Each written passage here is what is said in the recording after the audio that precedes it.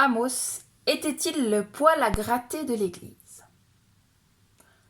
Amos, c'est qui déjà?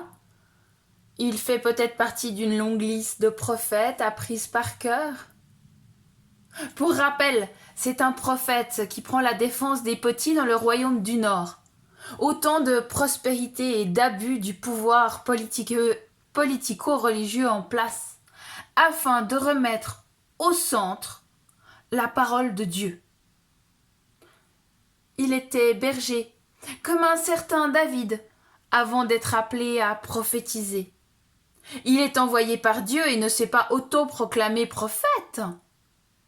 Amos dénonce et il dérange l'ordre établi. Il se fait porte-parole de Dieu pour mettre l'Église au milieu du village. Le prêtre Amasia l'envoie prophétiser ailleurs et lui dit « À Bethel, ne recommence pas à prophétiser car c'est ici un sanctuaire du roi, le temple royal. » D'accord. Mais Bethel, ça veut dire maison de Dieu. Amasia dit donc une énormité. Ne prophétise pas dans la maison de Dieu, car ici, c'est le temple royal. Bon, Bethel n'est donc plus un lieu où Dieu a sa place. Mais Amos retourne la situation en disant qu'il n'a pas choisi son métier, qu'il a une vocation qu'il a arrachée à son confort pour aller annoncer une vérité. Amos porte le nom de celui que Yahvé a emporté, délivré. Il a accepté de se laisser déplacer par et pour Dieu. Toujours se demander quel est l'essentiel. Quel est le message de la parole et être à son service, plutôt qu'au service de l'institution et des dérives possibles.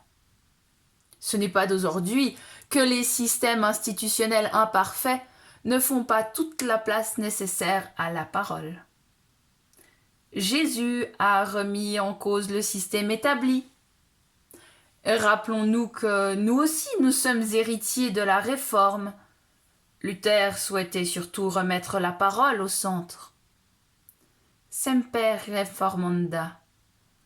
Toujours se questionner sur ce qui fait le cœur de notre foi et pas ce qui constitue la structure. L'amour de Dieu, du Dieu de la relation, celui qui nous conduit et nous guide depuis Amos et avant.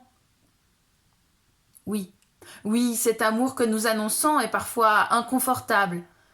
Et peut-être sommes-nous appelés à être dérangeants et grattants aux entournures pour offrir plus de vie à chacun et à chacune.